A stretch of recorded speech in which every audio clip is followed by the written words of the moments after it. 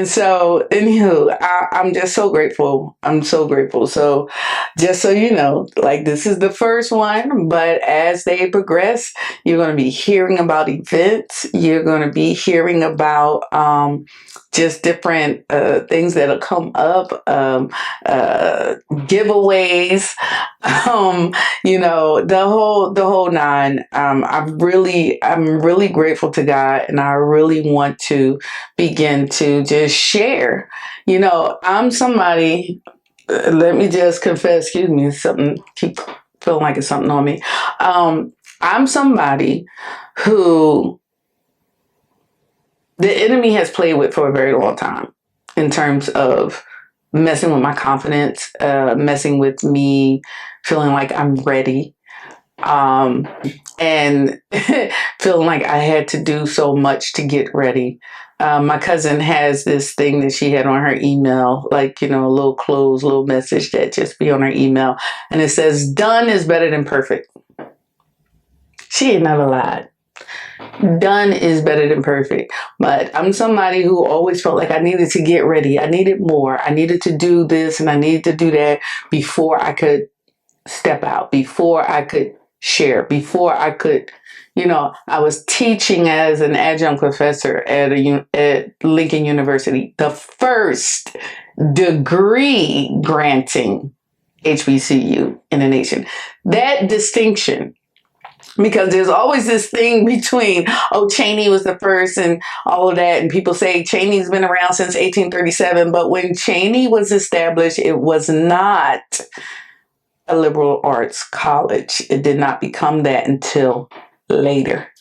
Lincoln University was established as a seminary, a college, an undergraduate school. And, let me just, tap into a little bit about seminaries. Okay. A lot of people tend to try, folks who are ignorant about education and its beginnings. And so a lot of people try to discount a seminary education or, act as if that's not important or, because they don't know about it, they don't understand it, or that's just a religion thing, and they try to discount it. But let me just be clear.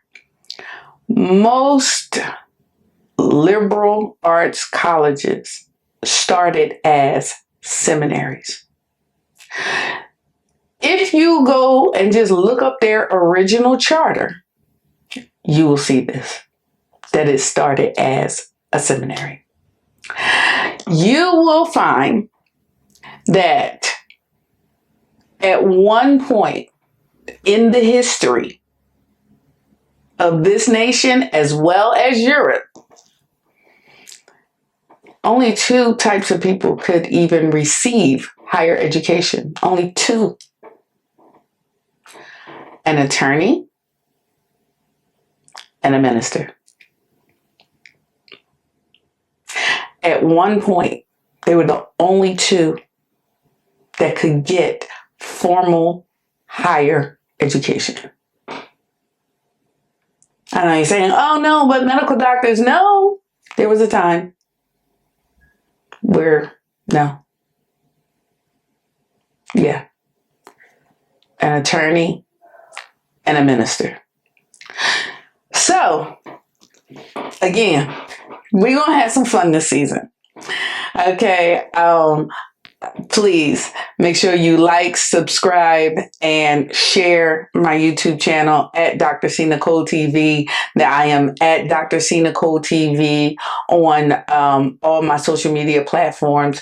So yeah, please like, subscribe, and share, because I am just looking forward to us doing things together. I want to be able to have live conversation and interaction. Okay. So we know that this is live because that was not supposed to happen. Okay. That was not supposed to happen. But anywho, yeah, so hit that like, that subscribe, and that share button, please. Okay. All right, all right, all right. I've been saying I'm going to get to it. And so, yeah, now let's go ahead and dig in. Um, my conversion story. So, my conversion story started in 1992. I was 22 years old. I was married, had been married for going on 3 years at that time. Yeah, I got married when I was 19. And unfortunately, we were having some serious trouble, as was to be understood. You know, looking back, I can understand why we had so many problems, because we were two unsaved souls who came together and tried to do things outside of God's will and outside of God's way. And God is not obligated to keep or maintain what he did not ordain. So, needless to say, that marriage ended in divorce, but I'm getting a little ahead of myself. So I was married, and this was like the most turbulent time of the marriage, believe it or not, even when it got closer to the time when we separated and I divorced. This was the worst point in the marriage for me. And so we would argue all the time, all the time. It seemed like, and I'm not saying this is what it was for him. I'm not speaking for him, but I'm saying what it seemed like to me in my experience in this marriage.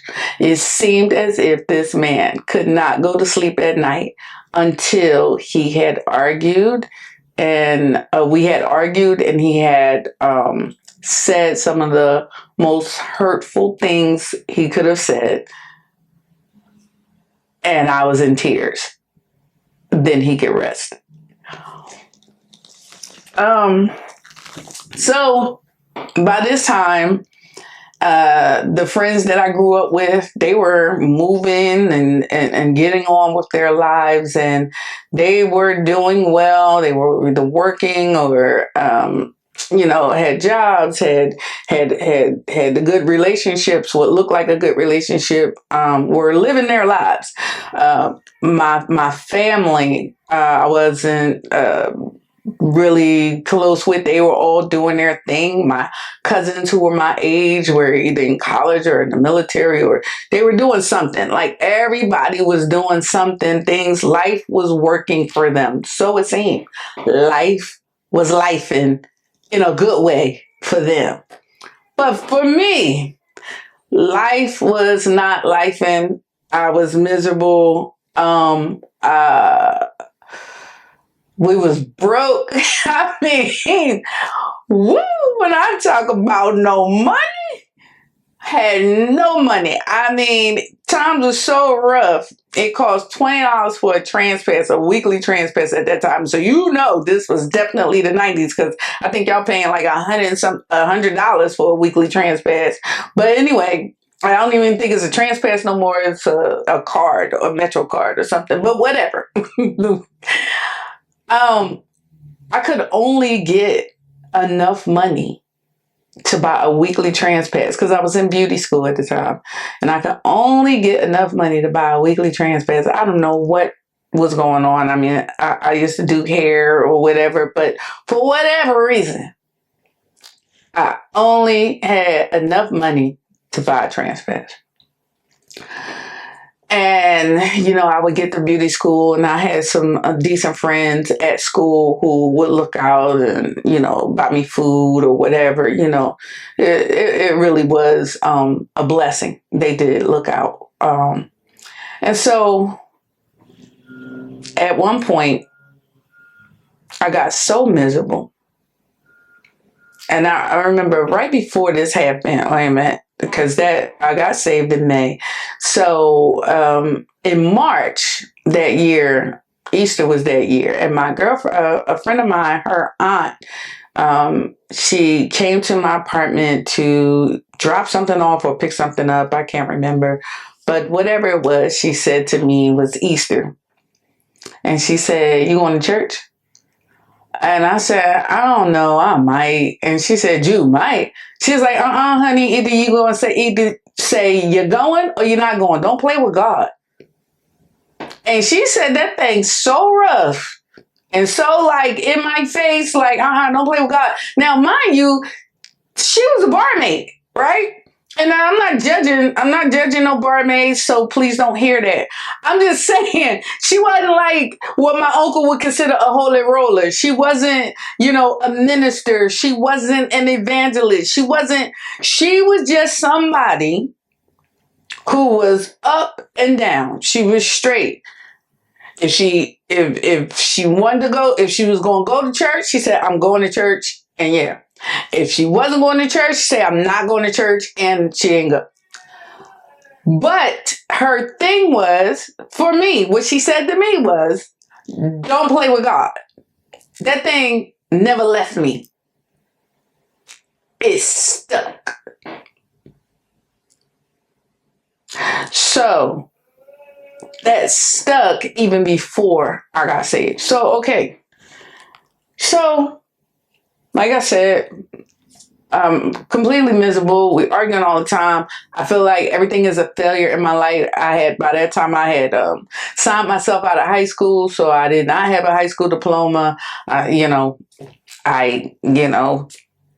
what I had to do to get jobs, because I did believe in working, because it was like, hey, you either work or you're going to sell drugs or you're going to date a drug dealer, and none of those were a viable option for me. Well, only one. Sorry. Only one was a viable option for me, and that was to work. So, but anyway, like I said, at that time I wasn't working. I was in school, and life was miserable. And I felt I had gotten to a point of such despair. And there's no coincidence that God had me launch this podcast right now in the beginning of September, with it being National Suicide Awareness Month. Because I had such despair. I was in such a dark place that I not only contemplated, but I planned my death. And I walked with my suicide plan for 2 weeks. Nobody knew. Nobody knew. It was an internal conversation that I had with myself. I felt like a failure. I had no education. I had no money. I married this man that seemed like he did not love me. And my life was falling apart. It had fell apart as far as I was concerned. And I could not see it out. And I just was like, life just don't work for me.